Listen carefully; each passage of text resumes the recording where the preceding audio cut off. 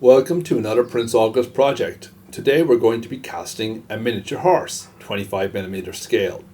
Our 511 mould has a beautiful little horse which is very detailed, and we have plenty of riders that can be placed on it. The first thing to do is make sure that you've heated up your metal. We recommend heating metal up to about 380 degrees Celsius. Apply talcum powder then to the mould. Give the mould a good clap to get rid of any excess.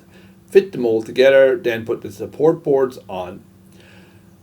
Once you've completed that, make sure that you apply the clamps so that they hold the mould in place securely, but not too much pressure. Then, gently but swiftly pour the metal in.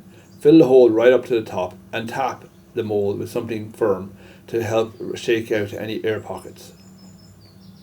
After 5 minutes, you can dismantle the mould. The metal should have set at this time. It will still be warm, so be careful of touching any of the larger parts. Gently peel the mould apart so you don't end up damaging it. Now bend the mould once you have done that to be able to extract the figure. Thank you very much.